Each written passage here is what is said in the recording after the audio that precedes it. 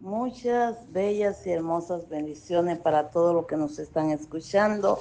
Hoy es un hermoso lunes, día 20 del mes de abril del 2026. Ya entramos desde ayer en la tercera semana de Pascua y esperamos y confiamos en ese Padre Todopoderoso que siga derramando esa lluvia de bendiciones sobre todo los que nos están escuchando y que su fe día tras día permanezca más fuerte en el amor de Cristo Jesús, que así sea.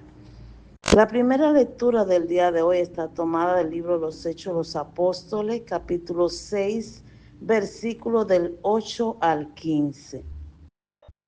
En aquellos días, Esteban, lleno de gracia y poder, realizaba grandes prodigios y signos en medio del pueblo. Unos cuantos de la sinagoga, llamados de los libertos, oriundo de Cirene, Alejandría, Cilicia y Asia, se pusieron a discutir con Esteban, pero no lograron hacer frente a la sabiduría y al espíritu con que habitaba.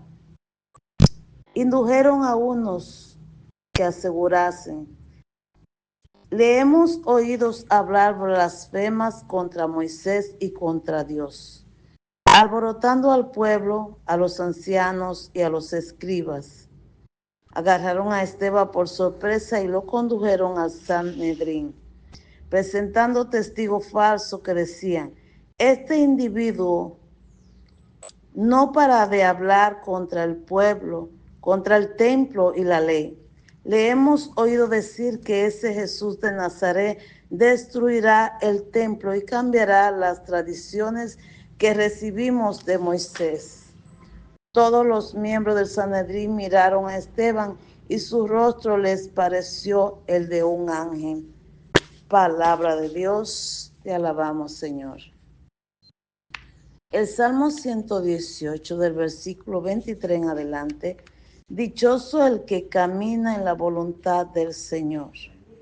Aunque los nobles se sientan a murmurar de mí, tu siervo medita tus leyes.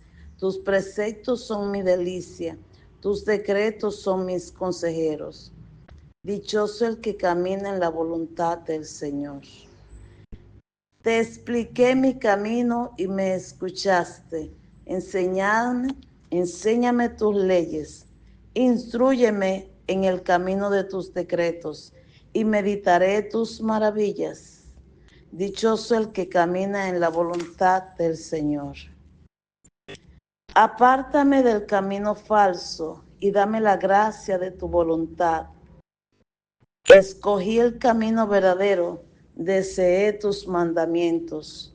Dichoso el que camina en la voluntad del Señor.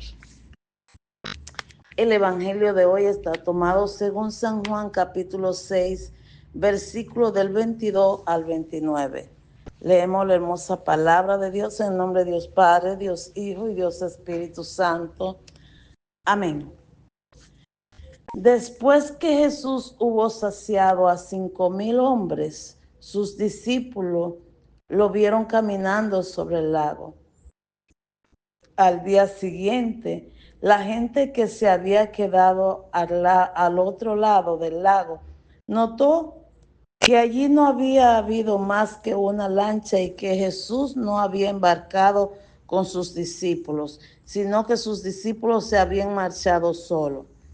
Entre tanto, una lancha de Tiberíades llegaron cerca del sitio donde habían comido el pan sobre el que el Señor pronunció la acción de gracias. Cuando la gente vio que ni Jesús ni los discípulos estaban allí, se embarcaron y fueron a Cafarnaúm en busca de Jesús. Al encontrarlo en la orilla, a la otra orilla del lago, le preguntaron: Maestro, ¿cuándo has venido aquí?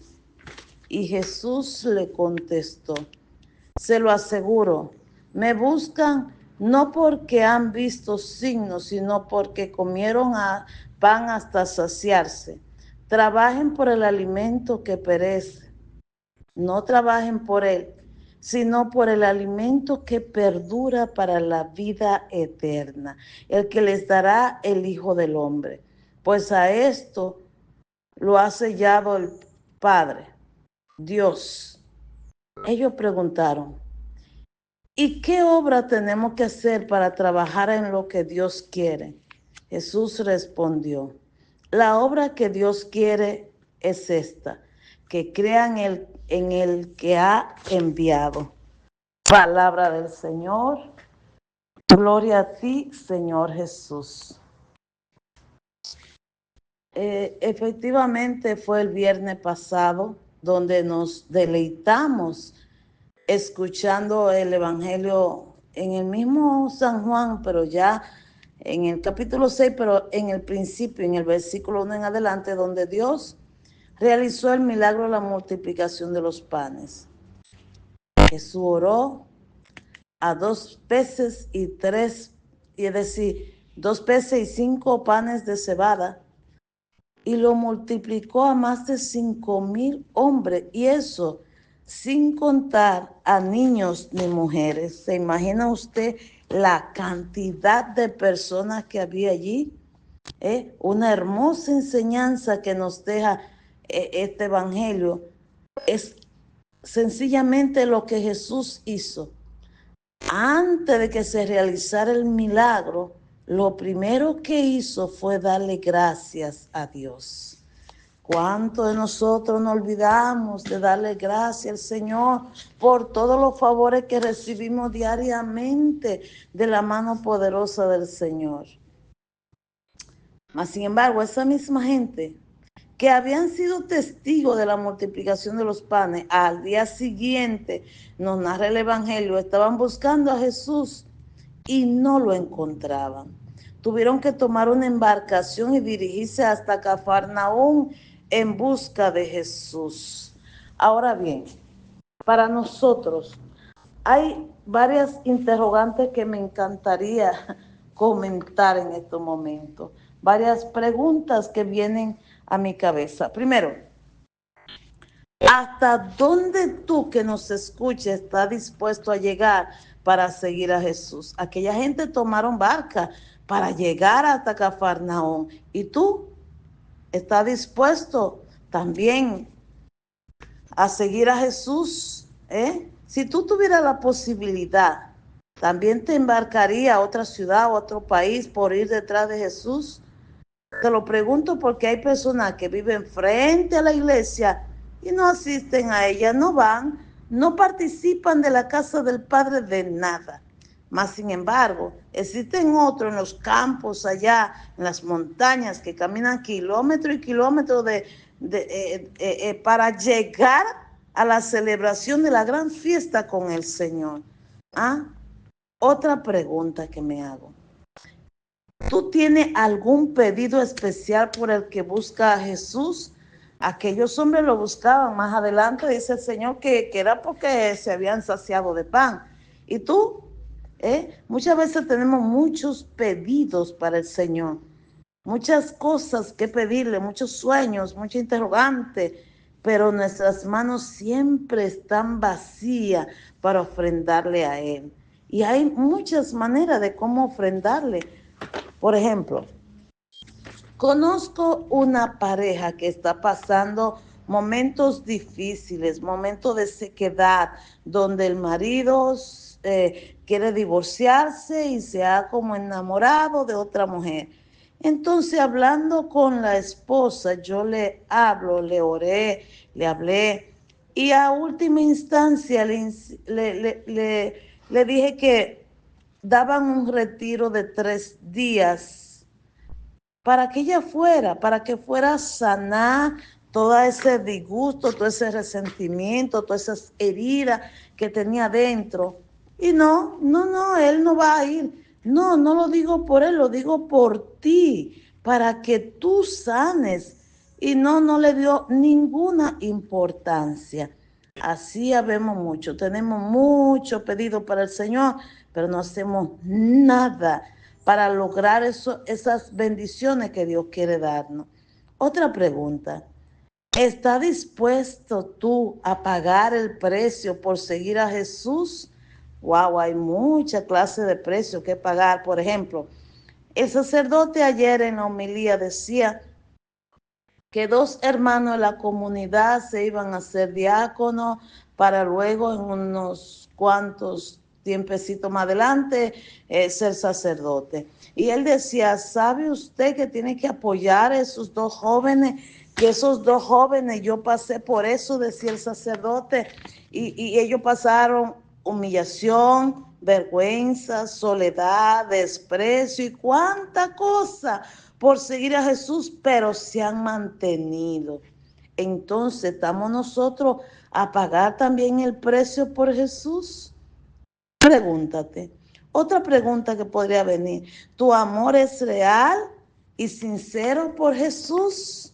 No me lo conteste. No, no, no, no. Ahí tenemos el ejemplo de Judas Iscariote. Era uno de los que andaba con Jesús, mas sin embargo lo vendió, lo traicionó. Así que no me conteste. Pregúntatelo tú mismo y tú te darás la respuesta. Pero entonces vemos en el Evangelio que aquella persona encontraron a Jesús y le preguntaron, Maestro, ¿cuándo has venido aquí? Pero Jesús, que lo sabe todo, se da cuenta que su insistencia en buscarlo no es por el milagro que obtuvieron el día anterior, sino que se sintieron satisfechos con lo que aconteció, con lo que comieron y con el pan que le había saciado. Entonces Jesús le dice, trabajen no por el alimento que perece, sino por el alimento que perdura para la vida eterna. Aquí es donde Jesús comienza a hablarnos por primera vez, diciéndonos que Él es el pan vivo, el pan de vida, diciéndonos que hay que esto es un alimento que perdura y perdura para siempre, que perdura, que no se corrompe, que nos lleva inclusive a la vida eterna y que trasciende a todos los demás panes que podamos encontrar en el mundo. Solo a través de Jesús es que obtenemos ese pan vivo y perfecto, bajado del cielo y sellado por el Padre, nuestro Padre Dios.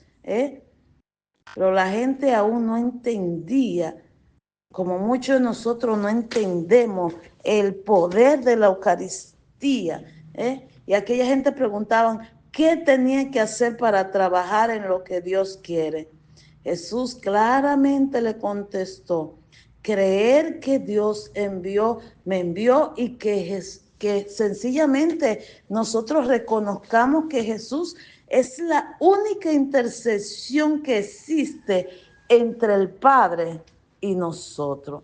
Es por eso que tenemos que trabajar por ese sustento para obtener ese verdadero alimento eficaz que es el pan vivo bajado del cielo.